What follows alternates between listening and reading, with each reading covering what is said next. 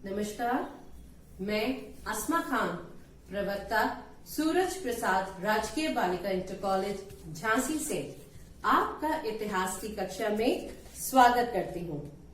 तो बच्चों, आज हम पढ़ने जा रहे हैं अपना तीसरा अध्याय का तीसरा भाग। तीसरा अध्याय किसान, जमींदार, राज्य कृषि समाज और मुगल साम्राज्य 16वीं व 17वीं सदी। आज हम पढ़ेंगे इसका तीसरा भाग। इसी के साथ साथ बच्चों, आपको ध्यान है हमने पिछले भाग में क्या पढ़ा था, उसका एक क्विक रिवीजन हम लोग कर लेते हैं। क्या पढ़ा था हमने? कृषि समाज में महिलाओं के योगदान के बारे में पढ़ा था। किस तरह महिलाएं पुरुषों के साथ कंधे से कंधा मिलाकर कार्य करती थी और उसके साथ साथ वे अन्य कार्य भी करती थी, जैसे महिला दस्तकार। साथ ही हमने ये भी पढ़ा कि इस समय महिलाओं को एक प्रजनन शक्ति के रूप में, एक श्रम संसाधन उत्पादनकर्ता के रूप में समझा जाता था।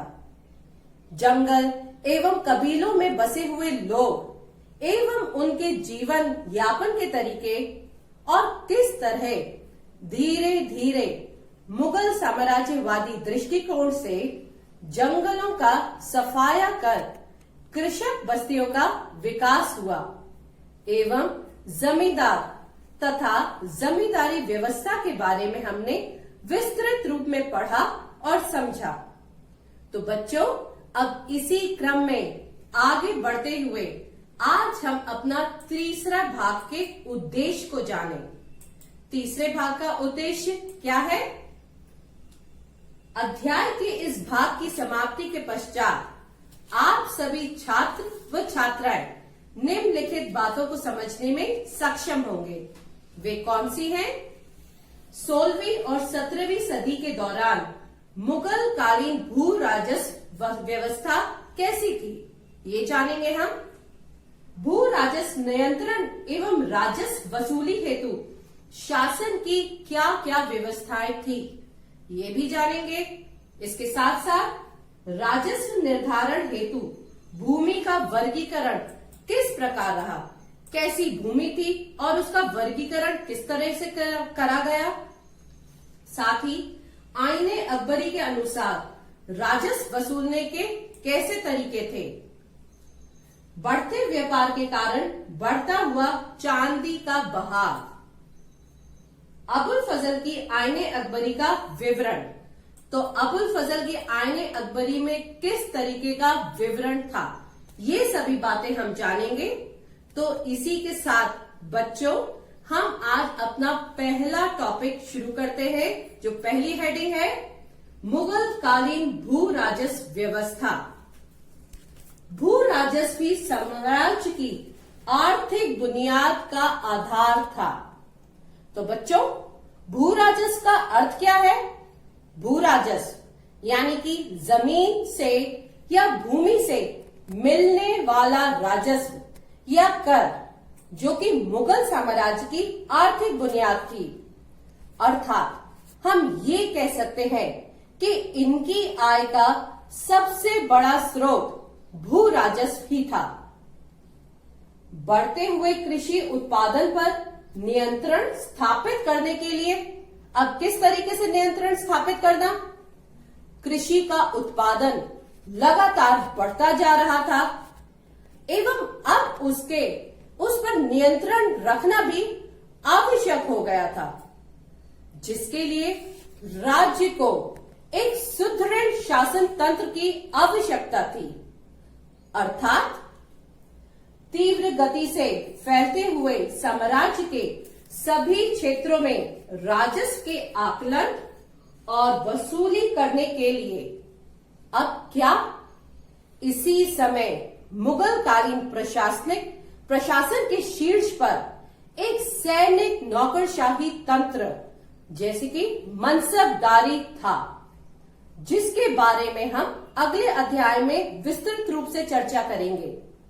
अब इन मनसबों पर राज्य के सैनिक व नागरिक मामलों की जिम्मेदारी थी।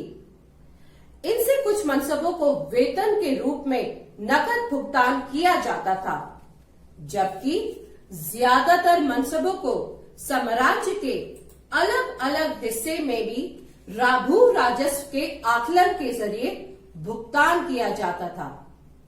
साथ ही साथ इस तरह पर नियंत्रण भी रखा जाता था। प्रशासनिक तंत्र का निर्माण करना अत्यंत आवश्यक हो गया था। अब चूंकि भू राजस्व बढ़ते हुए साम्राज्यवादी दृष्टिकोण की तरह बढ़ता हो जा रहा था, इसलिए इस प्रणाली पर पूर्णतः नियंत्रण स्थापित करने के लिए एक सुदृढ़ प्रशासनिक तंत्र का निर्माण की आवश्यक हो गया था। तो बच्चों, ये था मुगल कालीन भू राजस्व व्यवस्था। अब हम देखते हैं राजस्व वसूली हेतु शासन व्यवस्था। ये हमारी अगली हेडिंग है। दीवान संपूर्ण राज्य की वित्त व्यवस्था की देखरेख के लिए उत्तरदायी था। अब उत्तरदायी किस प्रकार था? दीवान भू राजस्व तथा अन्य करों की वसूली और उनके हिसाब किताब के लिए जिम्मेदार था। दीवान का मुख्य कार्य सरकारों के आमिल गुजारों की सहायता से कृषि का विस्तार और सुधार करना था। साथ ही साथ उसे आमिलों के कार्यों पर निगरानी भी रखना जरूरी थी। इसी के साथ वित्त के साथ राजस्व विभाग भी उसी के नियंत्रण में था। उसी के नियंत्रण में किस तरह से? भू राजस्व विभाग होने के कारण इन्हें लोगों पर कर का बोझ निर्धारित करने से पहले उस पर होने वाले उत्पादन के बारे में कुछ खास किस्म की सूचनाएं या जानकारियां एकत्रित करनी होती थी। जैसा कि यहां मैंने आपको बता दिया है, सूचनाएं एकत्रित करने का प्रयास करते थे, जिसके लिए भू राजस्व निर्धारण करना आवश्यक था। भू राजस्व निर्धारण के 2 चरण थे। अब हम देख लेते हैं इसके 2 चरण किस प्रकार से थे। तो 2 चरण क्या है? पहला करों का निर्धारण और दूसरा वास्तविक वसूली। अब इसको हम एक उदाहरण के माध्यम से समझ सकते हैं। जैसा कि मान लीजिए हमारे पास राजस्व वसूली के लिए 3 तरह की भूमि है। भूमि ए, भूमि बी और भूमि सी। हमने भूमि ए पर 50% कर लगाया, भूमि बी पर 40% और भूमि सी पर 30%। ये कर हमने भूमि को देखकर उसके अनुमान के आधार पर लगाया कि भूमि उपजाऊ है, बंजर है इत्यादि। अर्थात कहने का मतलब यह है कि पहले से निर्धारण पर कर का अंदाजा लगाना, जिसे जमा कहा जाता था। यानी कि पहले से जो हमने निर्धारित किया वो क्या कहलाता था? जमा। और वास्तविक कर की वसूली कई गई राशि को हासिल कहा जाता था। तो ये आप समझ गए बच्चों, जमा और हासिल। यहां एक बात और आपको जानना महत्वपूर्ण है कि अकबर बादशाह ने अपने आमिल गुजारों से कहा कि कर अधिकतम नकद में वसूला करें। यदि नकद में नहीं कोई दे पा रहा है तो फसल के हिस्से के रूप में राजस्व वसूल कर सकते हैं। तो ये था किस प्रकार से उन्होंने राजस्व का निर्धारण किया। अब हम देखते हैं अपनी अगली हेडिंग, वो है राजस्व निर्धारण हेतु भूमि का वर्गीकरण। अब भूमि का वर्गीकरण किस प्रकार हुआ? तो अब राजस्व कितना लगाया जाए और कितना नहीं लगाया जाए, इसकी वास्तविकता का आकलन करने के लिए जमीन को कई भागों में वर्गीकृत किया गया, जिससे कि भूमि के हिसाब से राजस्व वसूला जा सके। अब जैसे कि आईने अकबरी के अनुसार भूमि का वर्गीकरण अकबर बादशाह की दूरदर्शिता का परिचायक था। अब अकबर बादशाह राजस्व को इस तरह निर्धारित करना चाहते थे कि किसानों पर करों का बोझ उनके उत्पादन के अनुसार लगाया जाए, जिससे कि किसान को कर देने में एवं राज्य को कर लेने में विरोधाभास ना हो सके। साथ ही राजस्व से अर्थव्यवस्था सुचारू रूप से चलती रहे, जो कि राजा की दूरदर्शिता का परिचायक था। इसलिए राजस्व हेतु जमीन को 4 वर्गों में विभाजित किया गया। तो अब बच्चों हम देखते हैं कि वो कौन से 4 भाग थे जिसके वर्गीकृत कर राजस्व को सुनिश्चित किया गया। तो वर्गीकृत में भूमि का पहला प्रकार है पोलज। पोलज इस जमीन में हर साल फसल की सालाना खेती होती थी और जिसे कभी खाली नहीं छोड़ा जाता था। तो कहने का अर्थ यह है कि पोलज वह भूमि थी जिस पर वर्ष भर खेती होती थी। उपजाऊ जमीन व कर उत्पादन के लिए ये भूमि का एक अच्छा प्रकार था। अब भूमि का दूसरा प्रकार क्या था? दूसरा प्रकार था परोती। इस जमीन पर कुछ दिनों के लिए खेती रोक दी जाती थी ताकि वह अपनी खोई ताकत वापस पा सके। तो बच्चों कहने का मतलब यह है कि एक बार खेती होने के पश्चात फसल काट कर कुछ दिनों के लिए जमीन को खाली छोड़ दिया जाता था, जिससे कि जमीन अपनी उर्वरक शक्ति वापस पा सके। तो अब बच्चों हम देखें तीसरा प्रकार क्या था। तीसरा प्रकार चाचर। ये जमीन 3 या 4 वर्ष तक खाली रहती थी। अब चाचर से हम क्या समझते हैं?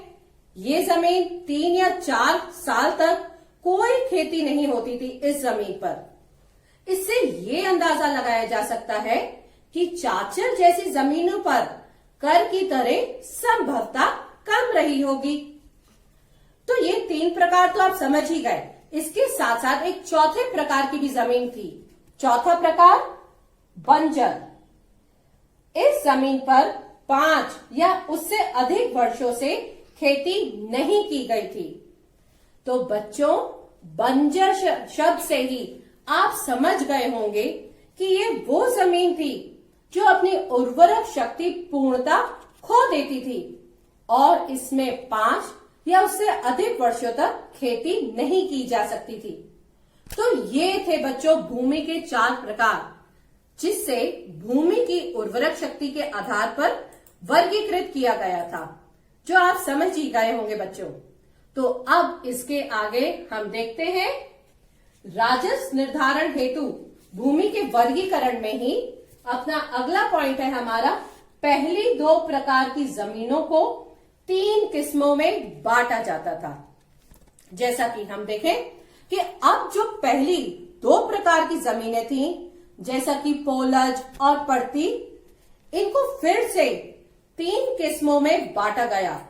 3 किस्म कौन कौन सी है वो समझ लीजिए आप अच्छे से। पहली किस्म अच्छी, मध्यम और खराब। मतलब जिस प्रकार से ज्यादा खेती होती थी वह अच्छी कहलाई थी और जिस भूमि पर कम खेती होती थी वह मध्यम कहलाती थी और जिस जमीन पर या भूमि पर औसत खेती होती थी उसे खराब श्रेणी में रखा गया था। तो इस तरह से बच्चों भूमि का वर्गीकरण कर। तो बच्चों इसी क्रम में आगे बढ़ते हैं और देखते हैं हम अपनी अगली हेडिंग राजस्व वसूलने के तरीके।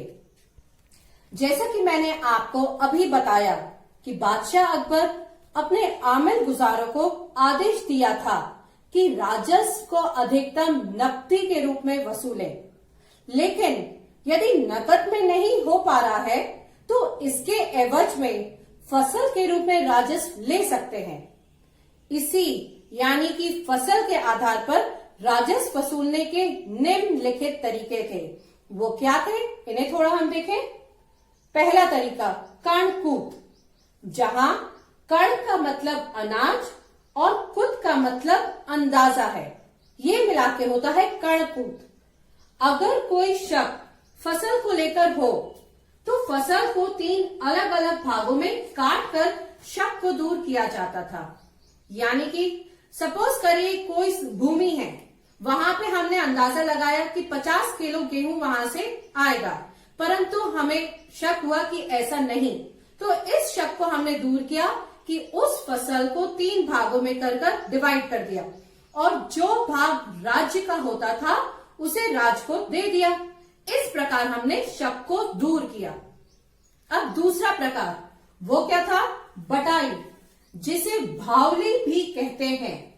इसमें फसल काटकर जमा कर लेते हैं और सभी पक्षों की मौजूदगी में बंटवारा करते हैं। जब फसल आ गई, सब वहां पे है एकत्रित, तब उसकी हम लोग डिवाइड करते थे। इसमें अब तीसरा प्रकार, खेत बटाई। खेत बटाई क्या है? इसमें बीज बोने के बाद खेत को बांट लिया जाता था। बीज बोया और उसके बाद खेत को डिवाइड कर दिया गया। और लास्ट है हमारा लाग बटाई। इसमें फसल काटने के बाद उसका ढेर बना लेते थे और फिर उसे बांट लेते थे। जैसे ही फसल आ गई, उसका ढेर बन गया, उसके ही पश्चात फसल को डिवाइड कर दिया जाता था। ये था हमारा लास्ट वाला पॉइंट। अब हम इसके आगे बढ़ते हैं और देखते हैं चांदी का बहाव। नई दुनिया का रास्ता खुलने से भारत के व्यापार का काफी विस्तार हुआ। कैसे? अब भारत में चांदी का बहाव कैसे हुआ? जैसे कि मुगल साम्राज्य एशिया के उन बड़े साम्राज्यों में से एक था जो 16वीं और 17वीं सदी में सत्ता और संसाधनों पर अपनी मजबूत पकड़ बनाने में कामयाब रहे, सक्षम रहे। इस नवीन दुनिया के रास्ते से भारत के व्यापार का समुद्र पार भारी विस्तार हुआ। इससे एक तो व्यापार बढ़ने लगा और साथ ही साथ दूसरा देखते हैं क्या हुआ। व्यापार बढ़ने के साथ साथ नई वस्तुओं का भारत में आना शुरू हुआ। जैसा कि मैं पिछले भाग में आपको बता चुकी हूँ, नई नई सब्जियां भारत में आई।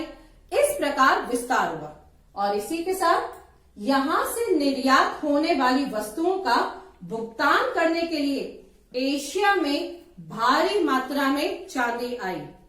अब ये भारत के लिए अच्छा था क्योंकि यहाँ चांदी के प्राकृतिक संसाधन नहीं थे। अब इस बाहर से आई चांदी से धातु मुद्रा का विकास, मुद्रा का संचार और सिक्कों की ढलाई का अभूतपूर्व विकास हुआ। तो ये कैसे भारी मात्रा में इसका विस्तार हुआ, ये आप समझ ही गए। अब हम अपनी अगली हेडिंग की तरफ जाते हैं और देखते हैं अबुल फजल की आईने अकबरी। अब इसमें 5 संशोधनों के बाद अकबर के शासन के 42वें वर्ष में पूरा किया गया। तो ये बात आप समझ गए कि 5 संशोधन हुए, उसके बाद अकबर के 42वें संशोधन में 42वें वर्ष में इसे पूरा किया गया।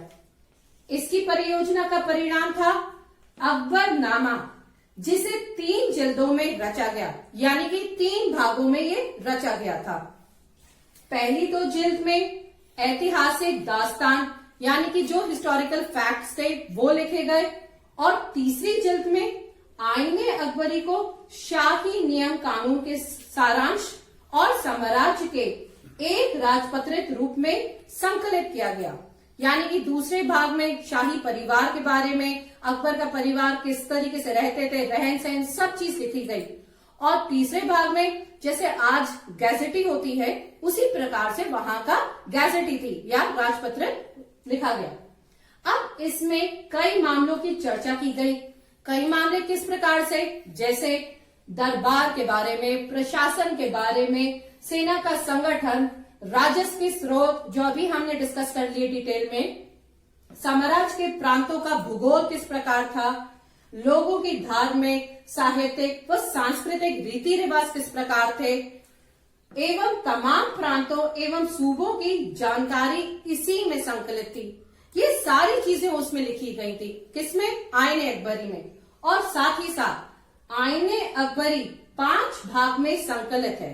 5 भाग में पहले 3 भाग प्रशासन का विवरण देते हैं और पहला भाग यानी कि मंजिल आबादी जिसे कहा गया है, ये शाही घर परिवार, और उसके रख रखाव से ताल्लुक रखती थी। जैसा कि अभी मैंने आपको बताया था कि ये भाग में शाही परिवार के बारे में विवरण है। इसी के बाद जो दूसरा भाग था, सिपाही आबादी, ये नगर प्रशासन एवं नौकरों की व्यवस्था के बारे में इस भाग में शाही अफसरों, विद्वानों, कवियों और कलाकारों की संक्षिप्त जीवनियां भी हैं। मतलब जो भी सिपाही थे उनके बारे में तो था, साथ ही साथ अन्य लोगों का भी विवरण और उनकी जीवनियों के बारे में है इसमें। अब तीसरा भाग जो था वो क्या था? वो था मुल्क आबादी। इस भाग में साम्राज्य व प्रांतों के वित्त पहलुओं तथा राजस्व की दरों के आंकड़ों की विस्तृत जानकारी है, जो चीज अभी हमने डिस्कस करी है। फिर चौथा और पांचवा भाग ये क्या था? इसमें भारत के लोगों के मजहबी, साहित्यिक और सांस्कृतिक रीति रिवाजों का संग्रह है। पुस्तक के अंत में अकबर के शुभ वचनों का लिखा गया है, यानी कि अकबर ने भी कुछ शुभ वचन दिए जिसको भी लिखा गया। ये था विस्तृत जानकारी आईने अकबरी की, जो अकबर के दरबारी कवि अबुल फजल ने लिखी थी। तो बच्चों, इस अध्याय के आखिरी भाग को भी हमने अच्छी तरह पढ़ लिया है व समझ लिया है। तो जैसे कि पहले भी हम करते आए हैं कि कैसे एग्जाम में प्रश्न आता है, उसको किस दिशा में हमें लिखना है, वो भी हमें समझना चाहिए बच्चों। तो इसी पैटर्न में मैं एक प्रश्न लेके आई हूं और बुलेट फॉर्म में मैंने इसका आंसर तैयार किया है आपके लिए। आप उसको देखिए, समझिए और विस्तृत रूप में आंसर लिखिएगा। तो प्रश्न है आपका, उन साक्ष्यों की जांच कीजिए जो यह बताते हैं कि मुगल राजकोषीय व्यवस्था के लिए भू राजस्व बहुत ही महत्वपूर्ण था। यदि ये प्रश्न आता है तो आंसर फॉर्मेट कैसा होगा, ये भी देखिए। वित्त साम्राज्य रूपी शरीर का मेरुदंड होता है, या आप समझते ही हैं बच्चों। सभी मुगल सम्राट साम्राज्य को शुद्ध वित्तीय आधार प्रदान करना चाहते थे। साथ ही साथ इसमें सर्वाधिक महत्वपूर्ण स्थान भू राजस्व था और भू राजस्व ही साम्राज्य की आर्थिक बुनियाद का आधार था। इसी के साथ साथ कृषि उत्पादन पर नियंत्रण स्थापित करने के लिए तीव्र गति से विस्तृत होते हुए साम्राज्य के सभी क्षेत्रों में राजस्व का आकलन एवं वसूली अति आवश्यक था, जिसके लिए एक मजबूत प्रशासनिक तंत्र का निर्माण करना था, जो आप अबुल फजल की पुस्तक में देख ही चुके हैं कैसे था। एवं साम्राज्य की समस्त भूमियों को पैमाइश के आधार पर वर्गीकरण करना आवश्यक था। साथ ही साथ बच्चों, राजस्व वसूली के तरीकों का निर्धारण जैसे जमा और वसूली इत्यादि था। भू राजस्व प्रबंधन में उठाए गए कदमों से स्पष्ट हो जाता है कि मुगल राज व्यवस्था के लिए भू राजस्व अत्यधिक महत्वपूर्ण था। तो ये आंसर फॉर्मेट है। इसी तरीके से बच्चों एग्जाम में लिखिए, निश्चित ही आपको बहुत अच्छे मार्क्स आएंगे। तो बच्चों, इस अध्याय के तृतीय भाग का निष्कर्ष भी हम देख लें। हमने क्या समझा है? अध्याय के इस भाग में हमने मुगल कालीन भू राजस्व व्यवस्था के बारे में जाना, किस तरह से राजस्व वसूलते थे वे लोग, साथ ही भूमि की पैदावार के आधार पर वर्गीकरण राजस्व को निर्धारित किया जाता था। इनको जानने के साहित्यिक स्रोत यानी कि आईने अकबरी की विस्तृत चर्चा भी हमने कर ली है। तो ये भी आप बहुत अच्छे से बच्चों समझ चुके हैं। और जैसा मैं पहले भी आपको होमवर्क देती हुई आई हूं, इस बार भी आपको होमवर्क करना है और कुछ एक क्वेश्चन तो मैं आपसे डिस्कस ही कर चुकी हूं। दूसरे प्रश्न को भी पूरे चैप्टर में हमने अच्छे तरह समझ लिया है, उसको भी आप अपने शब्दों में लिख लेंगे। मुझे उम्मीद है कि आप अच्छा करेंगे। पहला प्रश्न क्या दिया मैंने? उन साक्ष्यों की जांच कीजिए जो ये बताते हैं कि मुगल राजकोषीय व्यवस्था के लिए भू राजस्व बहुत ही महत्वपूर्ण था। ये अभी ही हमने डिस्कस किया, पूरा आंसर फॉर्मेट आप देख चुके हैं, समझ चुके हैं। दूसरा प्रश्न है, आईने अकबरी को ध्यान से पढ़िए और इस बात का ब्यौरा दीजिए कि इसका इस्तेमाल एक इतिहासकार किस तरह से कर सकता है। ये भी बच्चों हमने इस भाग में अच्छे से पढ़ लिया है। आईने अकबरी आप डिटेल में समझ चुके हैं, उसके क्या पॉइंट्स थे, उसमें क्या क्या था। आप उसको विस्तृत रूप में जरूर देखिए। तो ये आपका होमवर्क है, आपको करना है। तो जैसे कि अब ये भाग भी आपका समाप्त होता है, इसके साथ साथ ये चैप्टर आपका खत्म हो रहा है, तो शुरू से आखिर तक यानी कि इस अध्याय के भाग 1, 2 और 3 में आपने क्या क्या पढ़ा, इसका एक क्विक रिवीजन हम लोग कर लेते हैं। क्या हमने देखा? किसान व कृषि उत्पादन के बारे में हमने पढ़ा था। किसान व उनकी जमीनों की जानकारी पता चली हमें। सिंचाई और तकनीकों के साधनों के विषय में हमें जानकारी मिली। फसलों की विभिन्न उगाही के बारे में पता चला। ग्रामीण समुदायों एवं उनके सामाजिक जीवन के बारे में पता। जातिवाद, ग्रामीण माहौल और पंचायत व्यवस्था के बारे में हमने जाना। ये आपको ध्यान आ रहा होगा, भाग 1 में हमने पढ़ा था। तो बच्चों इसी तरीके से दूसरे भाग में याद करिए हमने क्या पढ़ा था, उसके पॉइंट्स देख लेते हैं। कृषि समाज में महिलाओं का योगदान, ये हमने जाना किस तरीके से महिलाएं पुरुषों के साथ कंधे से कंधा मिलाकर चल रही थी, अन्य कार्य भी कर रही थी। महिलाओं को प्रजनन शक्ति के रूप में समझा था। जंगल और कबीले एवं वहां बसे लोगों के बारे में जानकारी हासिल करी थी। कृषक बस्तियों के लिए जंगलों का कैसे सफाया किया गया। जमींदार एवं जमींदारी व्यवस्था के बारे में हमने विस्तृत रूप में पढ़ ही लिया था। तो इसके साथ साथ अब हमें ये भी देखना है, इस भाग में हमने क्या क्या पढ़ा। इस भाग में हमने जाना 16वीं और 17वीं सदी के दौरान मुगल कालीन भू राजस्व व्यवस्था। डिटेल में हमने बहुत अच्छे से पढ़ लिया इसे। भू राजस्व नियंत्रण एवं राजस्व वसूली हेतु शासन व्यवस्था किस तरह से थी। राजस्व निर्धारण हेतु भूमि का वर्गीकरण क्या क्या था, ये भी जाना। और आईने अकबरी के अनुसार राजस्व वसूलने के क्या क्या तरीके थे, कैसे निर्धारित होता था। बढ़ते व्यापार के कारण बढ़ता हुआ चांदी का भाव, कैसे चांदी विस्तृत रूप में आ गई थी। और फिर अबुल फजल की आईने अकबरी का विस्तृत वर्णन भी हमने देख लिया और समझ लिया। और इसी से एक प्रश्न भी मैंने आपको होमवर्क के लिए दिया है, दोबारा आपको याद करा रही हूं बच्चों।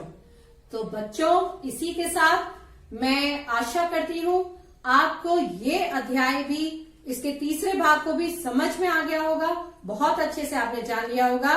तो बच्चों पढ़िए और निरंतर बढ़िए। थैंक यू, नमस्कार।